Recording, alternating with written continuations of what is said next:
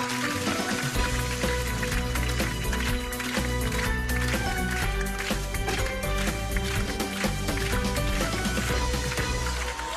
bienvenue dans le Grand News. Je suis très heureux de vous retrouver pour cette dernière ensemble. Et à la une ce soir, c'est de la politique puisque Barack Obama souhaite montrer que l'arme nucléaire n'est absolument pas forcément nécessaire. Un reportage de Barthélemy Courbon pour le Grand News. Pour Barack Obama, il a rendu hommage aux victimes de la bombe atomique larguée il y a 71 ans par les États-Unis sur Hiroshima. We come to ponder a terrible force unleashed in a not so distant past. We come to mourn the dead. Barthélemy Courbon, vous êtes chercheur à l'Institut de Relations internationales et stratégiques. Qu'est-ce qui a motivé Barack Obama à aller là où aucun autre président américain n'était allé depuis 1945 ? Alors, il convient de rappeler effectivement, comme vous l'avez dit, que c'est la première fois qu'un président américain se rend à Hiroshima, donc c'est un événement historique.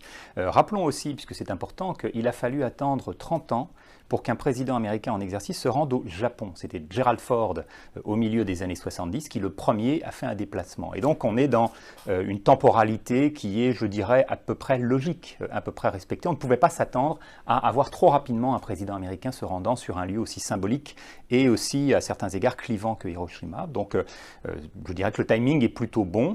Et il s'inscrit effectivement dans la ligne de Barack Obama, qu'il avait notamment précisé à l'occasion de son discours de Prague, c'était en 2009, au début de son premier mandat, dans lequel il appelait à un désarmement complet nucléaire. Et on voit bien effectivement dans cette symbolique, cette représentation à Hiroshima, cette volonté de marquer le coup avant son départ et de laisser à son successeur, quel qu'il soit, eh bien, presque la responsabilité de reprendre ou de poursuivre sur cette ligne.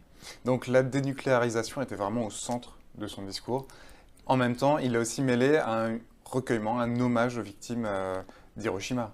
Absolument. L'objectif pour Barack Obama, c'est de montrer ce que font les armes nucléaires. Et c'est de montrer le caractère déshumanisant de l'utilisation de cette arme. Donc il s'inscrit dans la mouvance des mouvements dits pacifistes, qui sont très présents au Japon depuis 1945 sur cette question.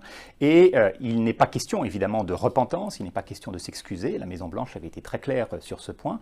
Mais il s'agit, comme je le disais, de montrer à quel point cette arme n'est pas nécessaire. Il a utilisé à un moment le terme de nécessité. Et c'est un terme tout à fait intéressant dans son discours.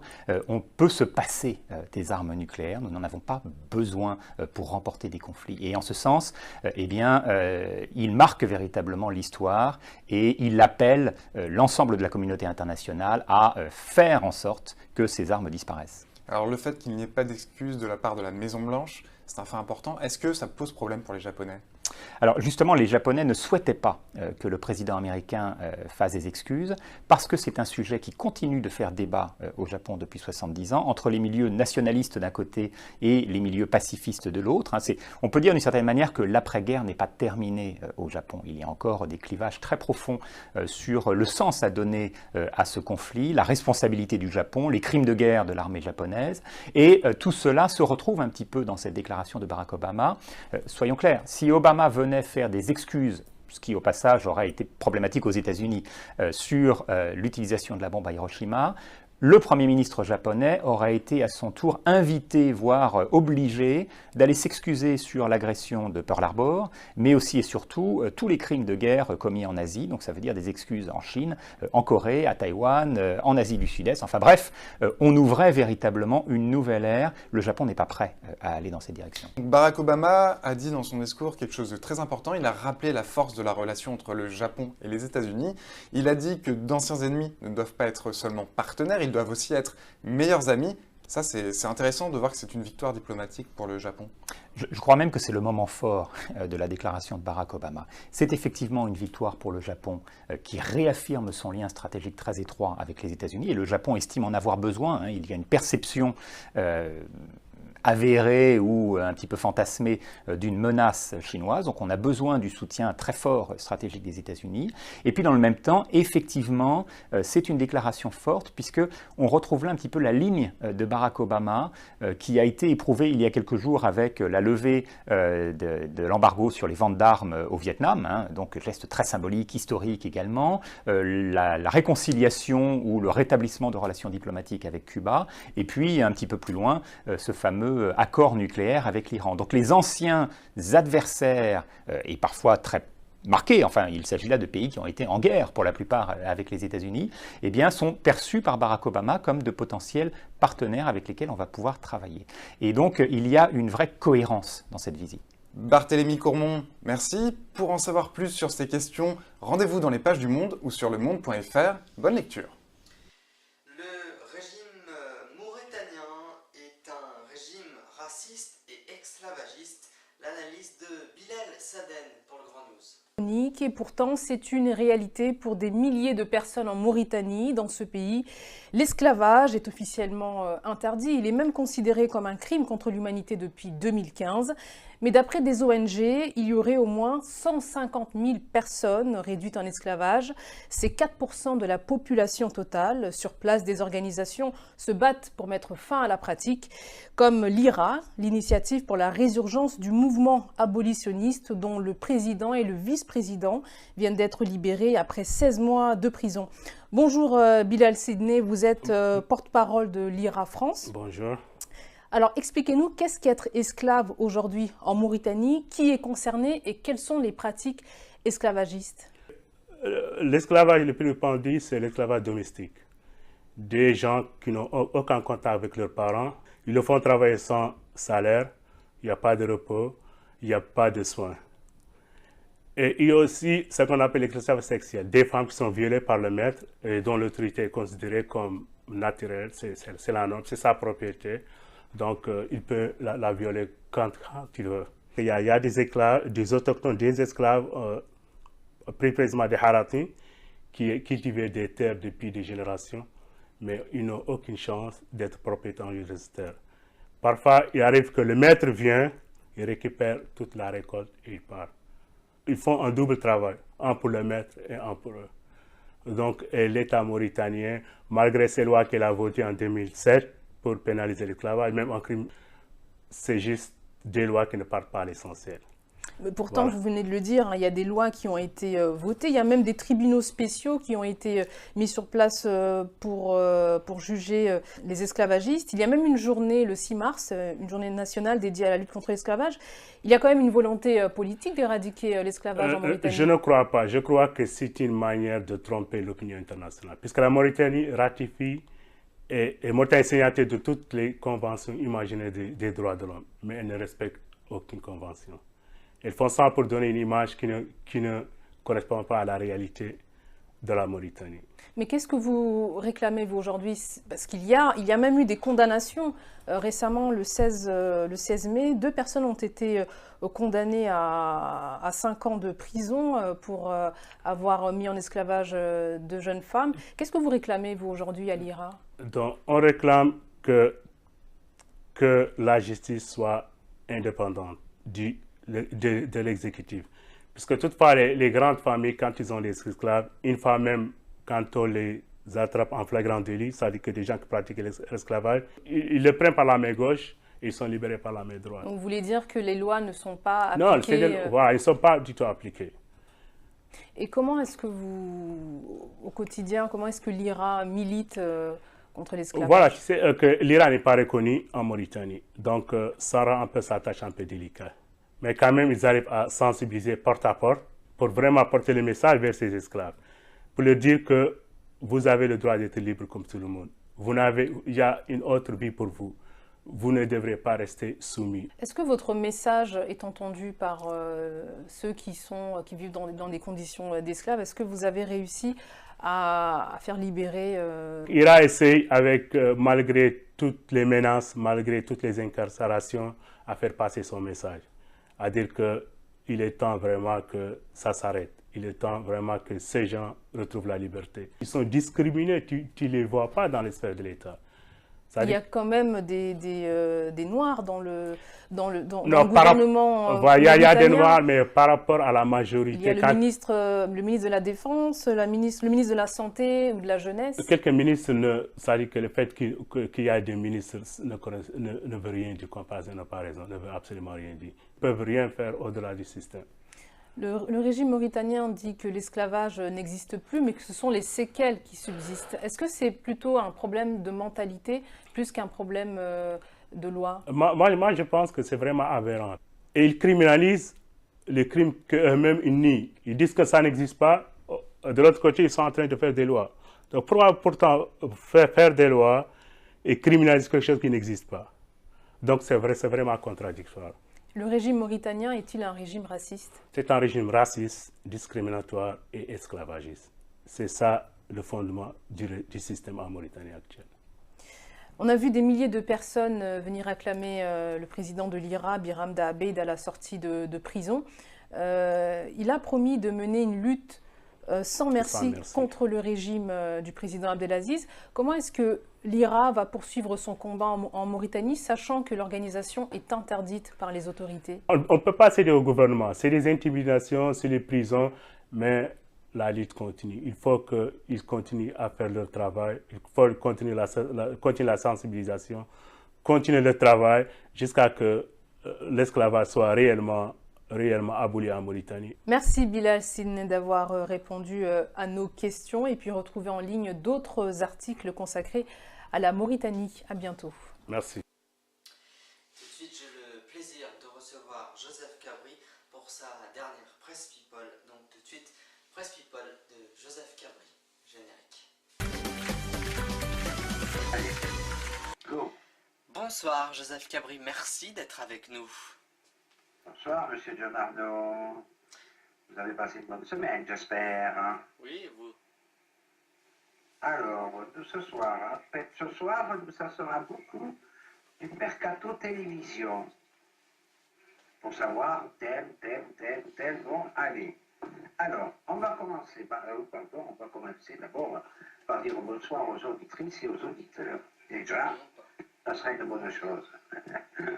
Ensuite, nous continuons par Amanda Scott qui co-animait auprès de Dave le dimanche après-midi, va sur France 2 avec une émission de divertissement et c'est la jolie blonde de Jean Interdite qui la remplace auprès de Dave. On sait aussi que c'est Frédéric Lopez qui remplacera Sophie Davant les après-midi pour une émission qui se nommera 1001 vies, qui reste à peu près dans le même ton que faisait celui d'avant, mais on va dire à la sauce de Frédéric Lopez. Pour Léa Salamé, non seulement elle a son émission politique, mais elle remplacera Frédéric Tadei, Ce soir ou jamais, qui était en deuxième partie le vendredi, 3 fois par semaine. Le nom de cette émission s'appellera Stupéfiant, et apparemment, ça serait une émission culturelle. Ensuite, c'est Ophélie Meunier de Canal+, qui animera justement Zone Interdite sur M6. Alors, la chanteuse Adèle a signé un contrat record à Sony Music pour la somme de 90 millions de livres, ce qui correspond à 117 millions d'euros pour plusieurs albums. Il n'a pas été précisé le nombre de l'album exactement. L'émission des filles animée par Laurence Ferrari sur la D8 vit sa dernière saison. Il a été annoncé qu'elle ne sera pas reconduite pour la saison prochaine. Bon, on sait que Laurence Ferrari reste sur LCI, mais par contre pour les filles qui co-animaient avec elle l'émission, on ne sait pas pour le moment si elles ont d'autres choses de prévues ou pas. Bertrand Charleroi, rappelé, qui avait quitté Cyril Hanouna de Touche pas à mon poste, arrive sur W9, groupe de M6, en direct, en deuxième partie de soirée, le mardi soir. Il n'a pas été précisé quel genre de style ou quel style serait son émission, mais je pense qu'il va se cantonner dans ce que vous faisiez à peu près chez Hanouna, un peu la télévision, peut-être quelque part aussi, nous verrons bien. Personnellement, j'ai été très ému par Céline Dion mardi soir sur la 6. Je l'ai trouvée d'une simplicité, j'ai trouvé une femme très humble. Et je l'aime beaucoup parce qu'elle est vraie. Et d'ailleurs, elle est arrivée en deuxième position des audiences mardi soir. Guy Lagache, qui a été directeur des informations sur D8 et avec d'autres émissions sur D8, groupe de Canal+, pourrait quitter D8 pour aller sur TF1. Il a été vu avec les grands patrons de TF1. Et pour terminer, nous savons que Yves Calvi fera le 18h-20h sur LCI, car il quitte l'émission qui est animée sur la 5 secondaire. Et de toute manière, je vous avais dit que c'était, comment il s'appelle, Bruno Toussaint qui allait le remplacer sur la 5. Voilà. Je voudrais avoir une pensée et me joindre je me joins à rien du tout parce que je suis seul. Et je voudrais avoir une pensée pour John Arnaud qui vient de perdre son tonton assez rapidement. Donc toute l'équipe se joint à moi, je pense aussi, pour lui souhaiter tout plein de courage. De toute manière, dans ces cas-là, les mots ne servent à rien, il n'y a que le temps qui fera le reste. Mais il sait très bien qu'il peut compter sur nous s'il a besoin, il peut compter sur moi. Et on est tout cœur avec lui dans cette immense peine. Et ensuite, je voulais vous dire un gros merci. Je voudrais remercier M. John Arnaud pendant ces 4 années de confiance qu'il m'a fait pour animer la Presse People auprès de vous. Ça a été de très très bons moments. Il y a eu des moments de gaffe, il y a eu des moments d'hésitation dans mes vidéos. Voilà, mais ça a été du direct de toute manière, donc voilà. J'en garderai un très très bon souvenir. Mais comme on dit, il y a des portes qui se ferment, mais qui sait, d'autres portes s'ouvriront par la suite. Voilà, et je voudrais vous remercier, vous, chères auditrices et chers auditeurs qui nous avez écoutés pendant tout ce temps-là. Je vous embrasse bien fort, et de toute manière, on se retrouvera pour autre chose certainement. Et je vous dis à très bientôt. Au revoir, et je vous laisse retrouver M. John Arnaud en direct. Au revoir. Merci Joseph pour tous ces gentils messages qui me touchent bien sûr profondément. Voilà, moi aussi j'étais très heureux de vous... ils tous. J'étais très heureux de vous avoir fait confiance pendant ces 4 années que j'ai passées avec beaucoup de bonheur et beaucoup aussi d'émotions comme vous nous l'avez dit. Merci beaucoup Joseph Cabri. C'est moi qui vous remercie aussi, M. John Arnaud. Et comme on dit, bonne route et à l'âme Kevin. Voilà, merci beaucoup Joseph Cabri pour votre dernière Presse People de l'année. Merci Joseph. Au revoir.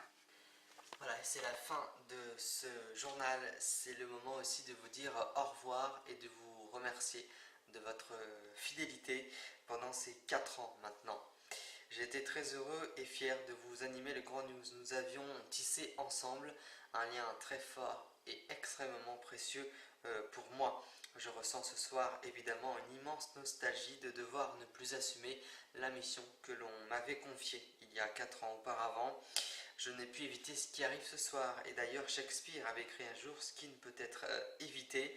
Je vous embrasse tous et je vous remercie tous de votre fidélité ainsi que toute la rédaction de News TV qui m'a accompagné si fidèlement. C'est avec une certaine émotion que je prends congé de vous, vous qui m'avez accompagné si fidèlement.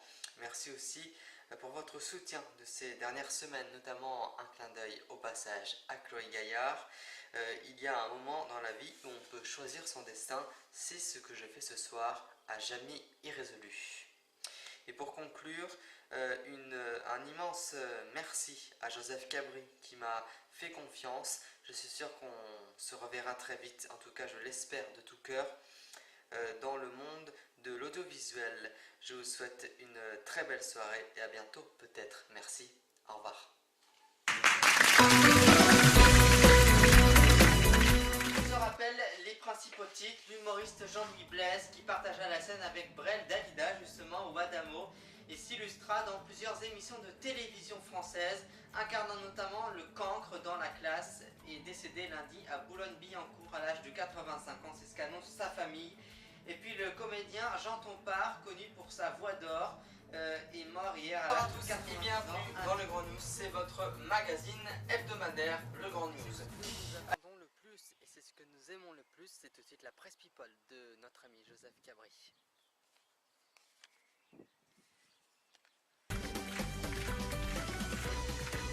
Et nous sommes en compagnie de notre ami Joseph Cabri comme chaque vendredi soir, c'est sa presse people avec vous. Bonsoir Joseph Cabri, comment allez-vous? Vous avez passé une bonne semaine? Très bien, monsieur John, et vous-même? Pareil. La soirée du samedi 13 février à Ilan Halimi, à Bagneux, au sud de Paris, où le jeune français juif a été torturé avant de succomber à toutes ses blessures il y a tout juste 10 ans, jour pour jour. Regarde.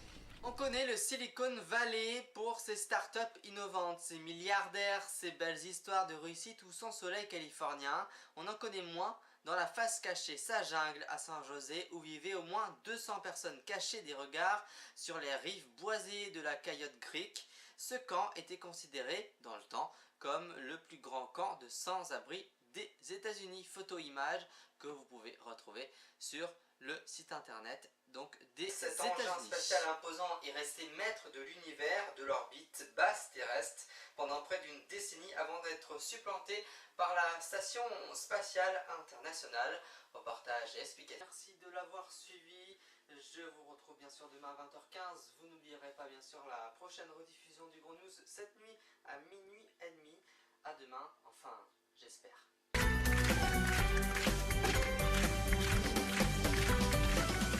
Je savais qu'il y avait un coup foireux. En tout cas, je vous remercie tous pour votre fidélité et bien sûr à toutes les équipes qui ont fait ce montage. Merci, à bientôt.